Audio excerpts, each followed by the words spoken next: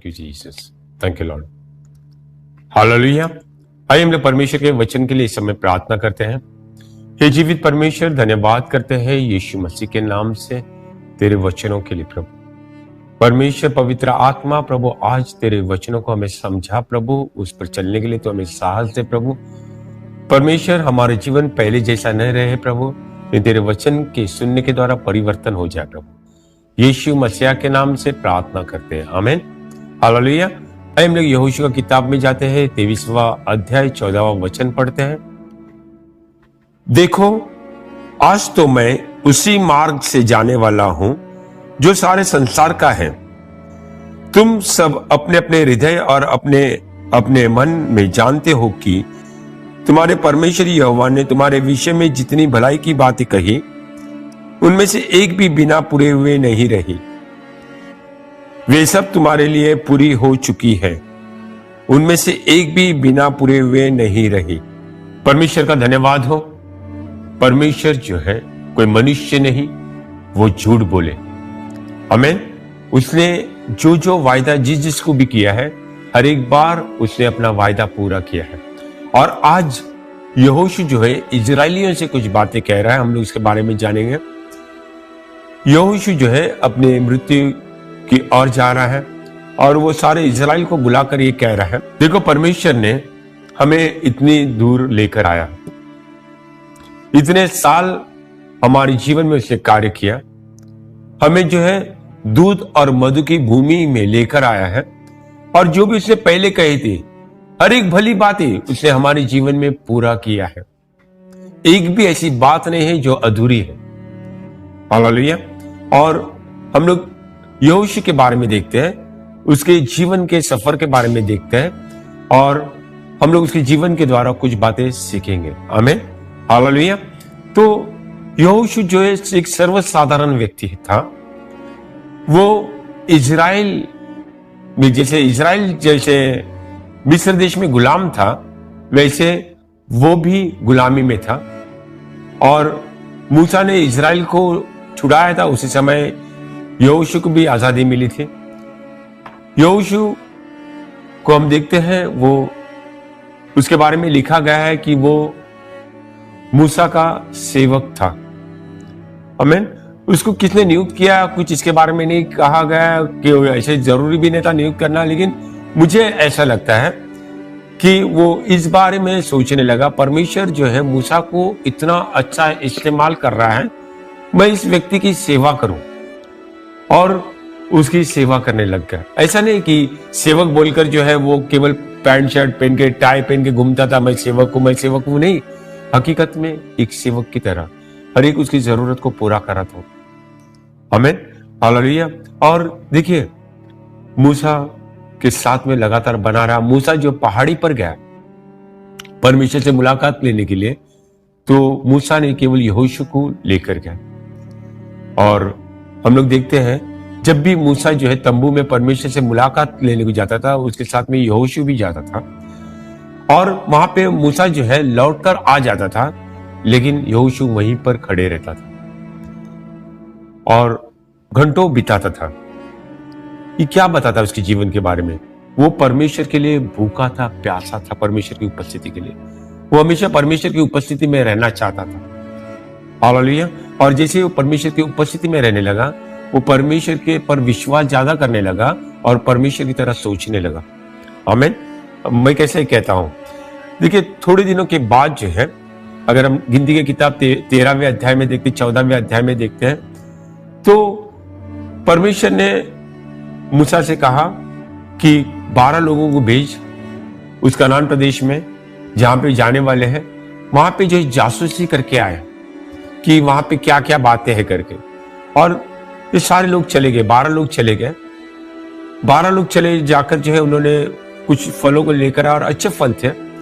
और उन लोगों ने कहा, कम से कम 10 लोगों ने कहा कि फल तो बहुत अच्छे हैं, सारी बातें जो परमेश्वर ने कही है वो सारी बातें ठीक है, लेकिन वहां के लोग जो है बहुत मजबूत लोग हैं, वो दानों की तरह जो है लंबे चौड़े हैं, और हम उनके सामने टिड्डियों के समान हैं। और सारे जो वहां के लोग जो है वो मूसा पे क्रोधित होने लगे कि तूने हमको ऐसी जगह पे क्यों मारने को लेकर जा रहा, हमारे बच्चे वहां पे मर जाएंगे, क्या हमारा बच्चों का भविष्य है। और उसी समय जो है यहोशू और कालेब के साथ में मिलकर ये कहता है, नहीं, जो परमेश्वर ने हमें जगह दिया है दूध और मधु की बहती हुई भूमि, वो परमेश्वर देगा अगर परमेश्वर हम पे प्रसन्न है तो। लेकिन लोग जो है वो नहीं माने, उन्होंने 10 लोगों की बात सुने और परमेश्वर ने इसके लिए लोगों को जो है एक ऐसी सजा दी। 40 दिन वो वहां पे जो है जासूसी करके आए थे और एक एक दिन के लिए परमेश्वर ने कहा तुम एक एक साल जो है ऐसे जंगल में भटकोगे, 40 साल तुम भटकोगे और तुम्हारी जो बड़ी पीढ़ी है, जो बड़े लोगों की पीढ़ी है जो मिस्र देश से बाहर आई थी, वो सभी जो है मर जाएंगे, मैं एक नई पीढ़ी को तैयार करूंगा। हालेलुया। परमेश्वर ने उस नई पीढ़ी को तैयार किया। और हम लोग ये बात देखते हैं कि केवल यहोशू कालेब के साथ मिलकर जो है सकारात्मक बातें बोल रहा था, परमेश्वर की इच्छा के अनुसार बातें बोल रहा था। आमीन। क्यों? वो परमेश्वर की उपस्थिति में हमेशा रह रहा था। हालेलुया। और उसके बाद जो हम देखते हैं परमेश्वर ने मूसा को कहा तू भी नहीं जाएगा वहां पर प्रतिज्ञा दी भूमि पर, तू यहीं पे मरेगा। मूसा ने बहुत चाहा जाने के लिए, लेकिन परमेश्वर ने उसको कहा नहीं जाएगा। और जब परमेश्वर ने ये बातें कही तो मूसा कहने लगा कि ठीक है, तेरे लोगों पर किसी को तो नियुक्त कर। तब जो है परमेश्वर ने यहोशू को नियुक्त किया। मूसा से कहा यहोशू को लेकर चल और मैं सारे लोगों के सामने जो है उसको आज्ञा दूंगा कि तू जो है लोगों की अगुवाई करेगा। आमीन। अब सोच सकते, देखिए मूसा को जैसे एक ऐसे व्यक्ति के बारे में समझ रहे थे, ऐसे व्यक्ति की तरह समझ रहे थे कि वो एक महापुरुष है, उसके जैसा आदर किसी को नहीं कर रहे थे वो, क्योंकि उसके द्वारा परमेश्वर ने जो है समुद्र को विभाजित किया था, विपत्तियां लेकर आया था मिस्र देश में और बहुत सारे बातें की थी, मन्ना बरसाया था और अद्भुत बातें की थी। अगर हम लोग देखते हैं यीशु मसीह लगभग 1400-1500 साल बाद मूसा के बाद आया, लेकिन तब भी जो है वो यहूदी लोग ये कह रहे थे हमको ये बातें मालूम है कि परमेश्वर ने मूसा से बातें की है और इस व्यक्ति के बारे में नहीं, यीशु के बारे में हम नहीं जानते, जो जिसने मूसा को भेजा था उस व्यक्ति को नहीं जानते। ठीक है, इतना आदर कर रहे थे कि उनके सामने इतने अद्भुत काम यीशु मसीह कर रहे थे तो भी लोग उनको जो है ध्यान नहीं दे रहे थे। और इस बारे में सोचो कि उसी समय वो मूसा जो है मर गया है और उसके जगह पर अगर यहोशू को स्थापित किया गया है तो वो कितना डरेगा, इसकी जगह मैं कैसे लूंगा। और वो बिल्कुल डरा सा था, सहमा सा था। वो जानता था इजरायली लोग जो है वो बहुत हटीले लोग हैं, वो मूसा का आदर नहीं कर रहे तो मेरा क्या आदर करेंगे। और इसके लिए परमेश्वर ने फिर उससे बातें की, यहोशू से बातें की। आइए हम लोग उसके बारे में पढ़ते हैं। यहोशू का किताब पहला अध्याय 1 से लेकर 9 तक। यहोवा के दास मूसा की मृत्यु के पश्चात यहोवा ने नून के पुत्र और मूसा के सेवक यहोशू से कहा, मेरा दास मूसा अब नहीं रहा, इसलिए अब उठ और इन सब लोगों के साथ तू इस यरदन नदी को पार करके उस देश में प्रवेश कर जिसे मैं उन्हें अर्थात इजरायलियों को देता हूं, जैसा कि मैंने मूसा से कहा था। जिस जिस स्थान पर तुम पांव रखोगे वह मैंने तुम्हें दे दिया है, जंगल और लबानोन से लेकर महानदी फरात तक हित्तियों के सारे प्रदेश तथा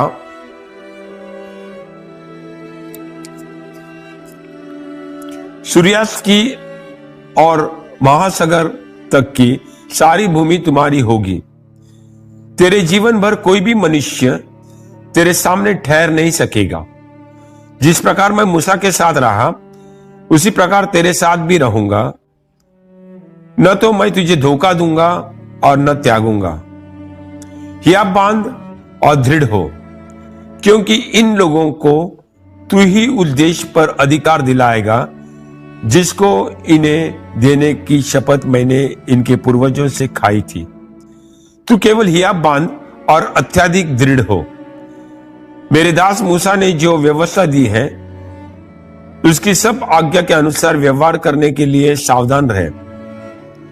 उनसे न दाहिने मुड़ना और न बाएं, जिससे जहां जहां तू जाए वहां वहां सफलता प्राप्त करे। व्यवस्था की ये पुस्तक तेरे मुंह से कभी दूर न हो, परंतु इस पर दिन रात ध्यान करते रहना, जिससे तू उसमें लिखी हुई बातों के अनुसार आचरण करने के लिए सावधान रह सके। तब तू अपने मार्ग को सफल बना सकेगा और सफलता प्राप्त करेगा। परमेश्वर का धन्यवाद हो इन वचनों के लिए। इस वचनों के द्वारा जो है यहोशू को एक साहस आया। देखिए, लोग आपसे बात करें, आपको कितना भी उत्साहित करे, उतना साहस नहीं आ सकता, उतना विश्वास नहीं आ सकता है जितना परमेश्वर आपके साथ में बातें करने के द्वारा आपके जीवन में विश्वास आता है। परमेश्वर इन 9 वचनों में लगभग 3 बार यहोशू से कह रहा है तू केवल हिया बांध और दृढ़ रहे। दूसरे शब्दों में कि तू मजबूत हो और साहस रख। क्यों? क्योंकि वो डर रहा था। परमेश्वर उसको कह रहा है तू डर मत, हताश मत हो, लेकिन विश्वास रख, दृढ़ हो जा और पूरी तरह से मुझ पर भरोसा रख। आमीन, हालेलुया। ये ऐसी इस प्रकार की बातें नहीं लिखा है, लेकिन परमेश्वर का कहने का तात्पर्य यही होगा, मुझे ऐसा लगता है। आमीन, हालेलुया। लेकिन एक बात परमेश्वर ने यहोशू से कही, देख यहोशू, तू जो है, मैंने जो व्यवस्था मूसा को दी है उसके दाएं या बाएं मत मुड़ना। इस पर जो है दिन रात ध्यान करना, इसको अपने चित्त से, अपने मन से अलग होने मत देना। तू एक काम कर कि इस पर आचरण करने के लिए सावधानी बरतना। क्यों? क्योंकि इसी के द्वारा तू जहां जहां जाएगा सफलता प्राप्त करेगा, तू समृद्ध होगा।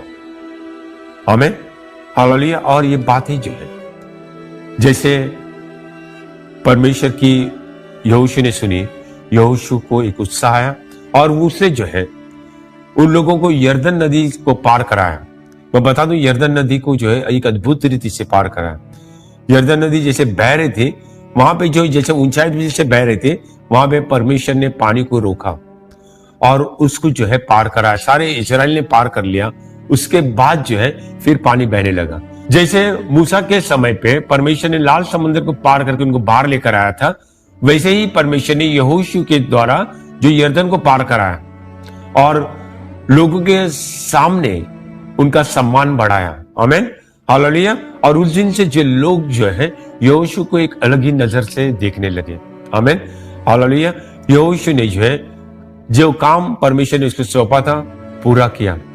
उसने 31 राजाओं पर विजय पाया, शत्रु के राजाओं पर विजय पाया। ऐसे राजा ने एक ऐसे मजबूत राजा, लेकिन साथ साथ में मिलकर जो लड़ने वाले राजाओं को यहोशू ने पराजित किया। आमीन, परमेश्वर के सामर्थ्य द्वारा ही।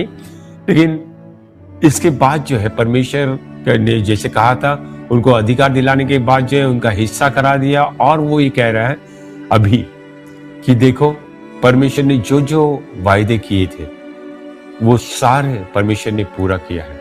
आमीन। क्यों कह रहा था? क्योंकि तुम ये जान लो कि परमेश्वर विश्वास योग्य परमेश्वर है। आमीन, हालेलुया। तो हम लोगों को क्या सीखना है? देखिए, यहोशू का अर्थ क्या है? यहोवा बचाता है, यह बचाता है। ठीक है।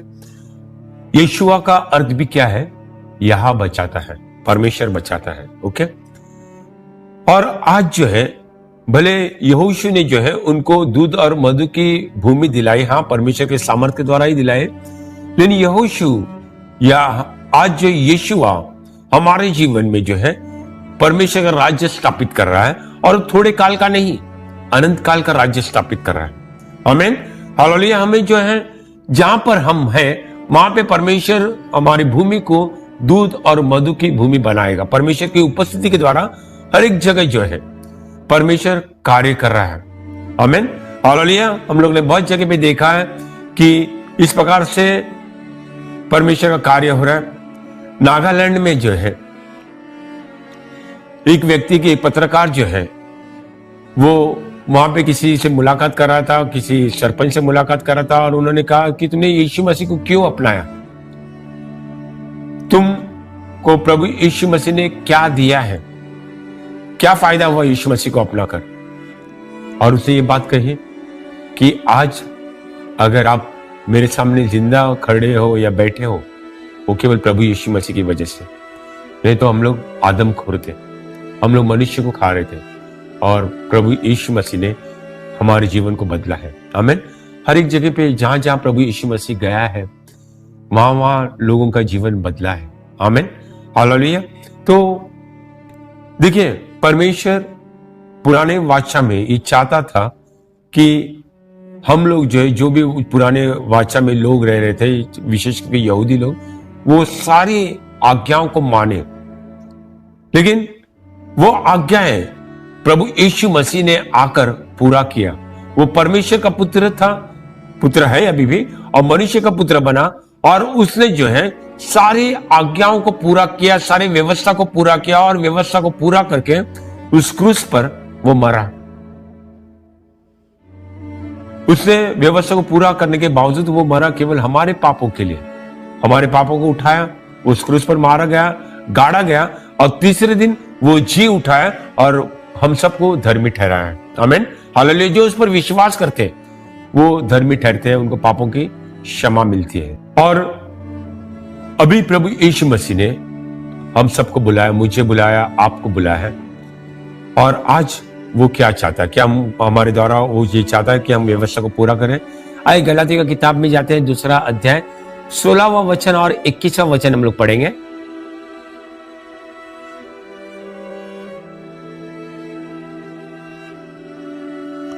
हम जानते हैं कि मनुष्य व्यवस्था के कामों से नहीं, परंतु मसीह यीशु पर विश्वास करने से धर्मी ठहराया जाता है। इसी कारण हमने भी मसीह यीशु पर विश्वास किया है कि हम व्यवस्था के कामों से नहीं, परंतु मसीह पर विश्वास करने से धर्मी ठहराया जाए, क्योंकि व्यवस्था के कामों से कोई भी मनुष्य धर्मी नहीं ठहराया जाएगा। 21वां वचन, मैं परमेश्वर के अनुग्रह को व्यर्थ नहीं ठहराता, क्योंकि यदि धार्मिकता व्यवस्था के द्वारा मिल सकती तो मसीह का मरना व्यर्थ होता।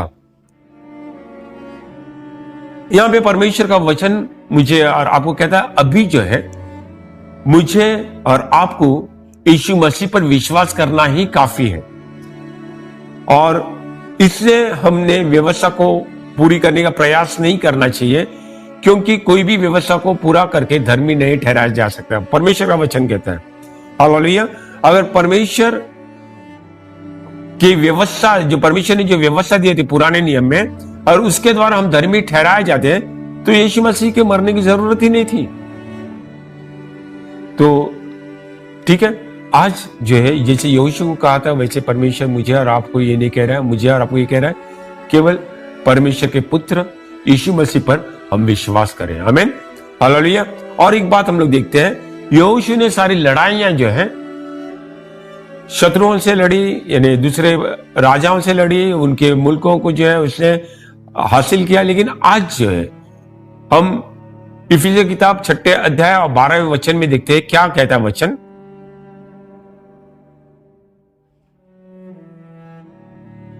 हमारा संघर्ष तो मांस और लहू से नहीं, वरन प्रधानों, अधिकारियों, अंधकार की सांसारिक शक्तियों तथा दुष्टता की उन आत्मिक सेनाओं से है जो आकाश में है। यहां पे परमेश्वर का वचन ही कहता है कि हमारा युद्ध जो है मांस और लहू या किसी मनुष्य से नहीं, लेकिन आत्मिक शक्तियों से है, जो शैतान की शक्तियां, जो अंधकार की शक्तियां, उनसे है। आमीन। तो आज जो है हम हमारी तुलना यहोशू से ऐसे शारीरिक में नहीं कर सकते, लेकिन आत्मिक में कर सकते हैं। आमीन, हालेलुया। देखिए, आज प्रभु यीशु मसीह ने मुझे और आपको बुलाया है, उसके उद्देश्य से बुलाया है, उसकी योजना से बुलाया है। आमीन, हालेलुया। और परमेश्वर ये चाहता है कि हम यहोशू से कुछ बातें सीखें। क्या बातें सीख सकते हम लोग? सबसे पहला जो है, यहोशू जो है सर्वसाधारण व्यक्ति था, लेकिन उसके पास जो है एक दास का हृदय था, एक नम्रता थी, एक दीनता थी। हालेलुया। याकूब की किताब 4 अध्याय 10वें वचन में क्या लिखा है, देखते हम लोग। प्रभु के सामने दीन बनो तो वो तुम्हें प्रतिष्ठित करेगा।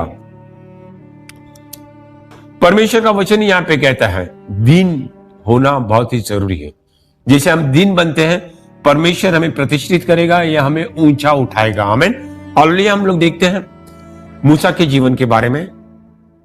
गिनती का किताब 12वें अध्याय 3 वचन में लिखा है, वो सारे जो दुनिया में सबसे नम्र व्यक्ति था।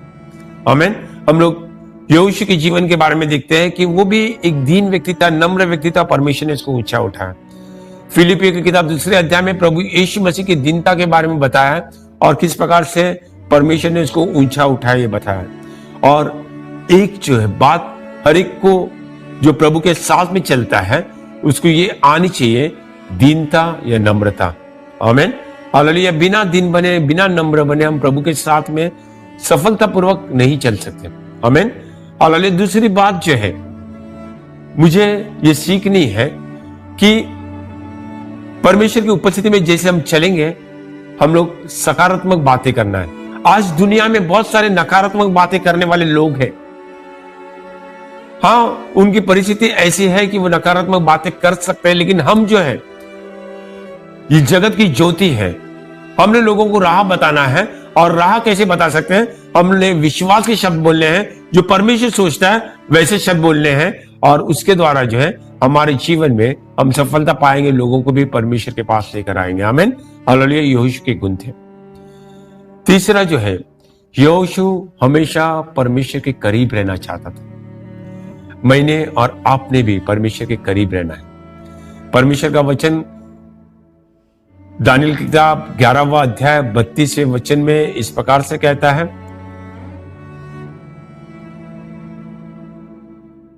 और वो वाचा के विरुद्ध चलने वालों की चापलूसी करते हुए उन्हें भक्तिहीन बना देगा, परंतु जो लोग अपने परमेश्वर को पहचानते हैं वे सामर्थ के कार्य करेंगे। यहां पे परमेश्वर का वचन कहता है कि कुछ लोग चापलूसी करेंगे, यानी वो लोग जो है मनुष्य के करीब रहना चाहेंगे। जो प्रभावशाली लोग हैं उनकी चमचागिरी करेंगे। लेकिन यदि आपको सफलता पानी है तो आपको कोई मनुष्य की पहचान रखने की जरूरत नहीं है। उस प्रकार से मैं कह रहा हूं कि आपने उनकी चापलूसी करना है। आपको परमेश्वर की पहचान में बढ़ना है, परमेश्वर के नजदीक जाना है। और वचन यहां पे कहता है जो परमेश्वर की पहचान में बढ़ते हैं वो सामर्थ के कार्य करेंगे। आमीन। हालेलुया। अगर आपको सामर्थ के कार्य करना है तो परमेश्वर की पहचान में बढ़ो। यहोशू धीरे धीरे परमेश्वर की पहचान में बढ़ रहा था और इसके लिए वो सामर्थ के कार्य कर पा रहा था। आमीन। हालेलुया। मुझे इस बात को सीखना है। आमीन। आपके जीवन के बारे में ये मत सोचो कि आपको परमेश्वर ने कहां पे लेकर जाना है, मेरा भविष्य क्या है, मैंने कितना बैंक बैलेंस करना है, क्या कुछ करना है, इसके बारे में मत सोचो। क्योंकि जो इस परमेश्वर ने आपको बुलाया है वो विश्वास योग्य परमेश्वर है, वो सर्वशक्तिमान परमेश्वर है, वो एक प्यार करने वाला पिता है। वो जानता है कि आपको वो कैसे संभाले, कैसे आपकी अगुवाई करे। केवल आपको उसके अधीन रहना है। आमीन। हालेलुया। एक और वचन को पढ़ते हैं हम लोग। 2 कोरिन्थियों की किताब में 1 अध्याय 20वां वचन पढ़ते हैं।